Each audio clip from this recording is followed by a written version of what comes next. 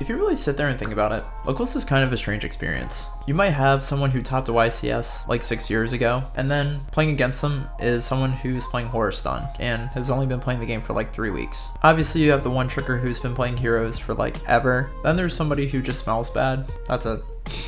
And obviously you have your group of friends that you talk to every single time you go there. But I think what we can boil it down to is two different ideologies. You have a group of competitive players and then also casual players. And I think they both provide very different sets of value to not just the game, but the locals experience in general and the culture. From a competitive standpoint, I think there are a lot of players who kind of, maybe not necessarily look down on casual players, but don't really see the value in playing against them because they're not playing meta decks or they haven't dedicated hours to testing. But I actually think that's just not true.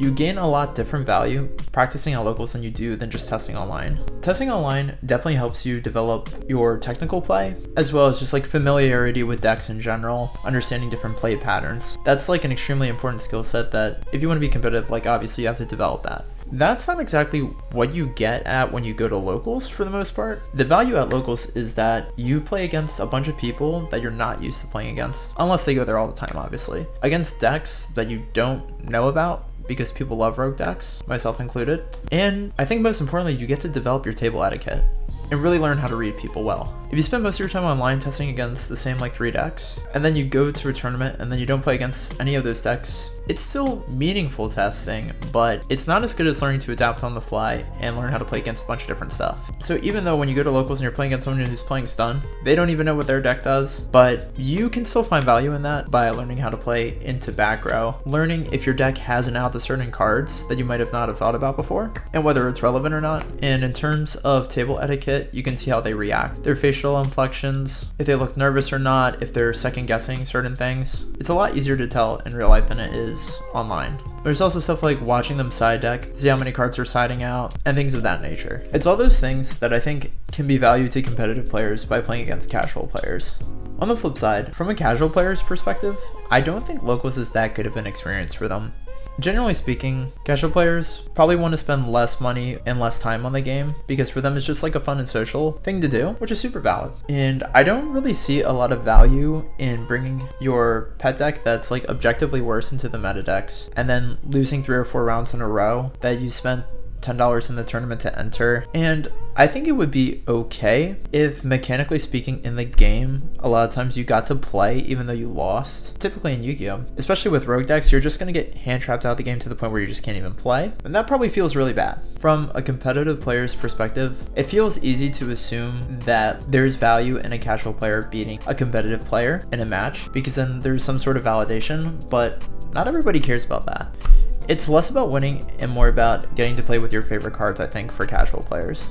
Now, the person who's bringing Dark Magician to locals isn't the only casual player. There's also like the rogue heroes and the one triggers and the pet deck players who strictly just play their favorite deck from like 3 years ago, but they do practice with it a lot. In a way, they actually have a worse experience at locals because they are people who try and just happen to get deck gapped a lot. And when you invest effort into something that you really care about and enjoy, and it just feels like it doesn't matter, there's definitely a lot of room for that to feel like a very negative experience. Now, what does that mean for our locals culture in general? There's probably just like a large group of people who think that the casual players can just gravitate towards Genesis and that kind of solves the issue. Unfortunately, I think the dynamic is a little bit not as simple as that. You can still play casual formats or whatever you want to consider Genesis competitively. I myself would really love to play my favorite decks from like 2 years ago still at locals and see consistent success with it, but unfortunately it's just not realistic despite how good you are. Being good definitely gives you an advantage to make it work, but power creep in the game is very real, and mechanically speaking, this game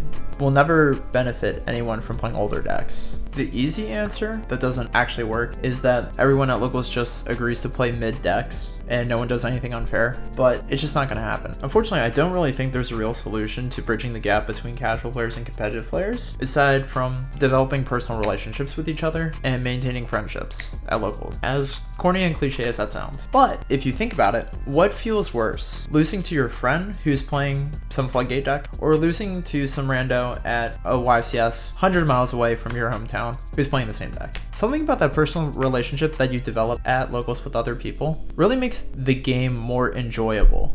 That being said, Unfortunately, I don't think the social awareness of most Yu-Gi-Oh players is good at all. So I thought up some ideas to make locals a more tolerable place. The first one is basically be hygienic, which is not too much to ask for, but it's an issue. The second one is creating a tilt zone. So after you lose to some BS, there is a room in the OTS that you go to and crash out in, and then you come back and you feel okay. The third one being ban more people that are problems at your locals. Obviously, none of that stuff is ever actually going to happen, but I think it's a nice sentiment. All in all, locals are pretty cool. I have a lot of fun at locals for the most part. I get frustrated sometimes. I play against people that I don't necessarily like, but I think, generally speaking, if we spend more time trying to understand each other's perspectives and develop personal relationships with each other to some extent, the game will feel a lot more fun and you'll have a better time.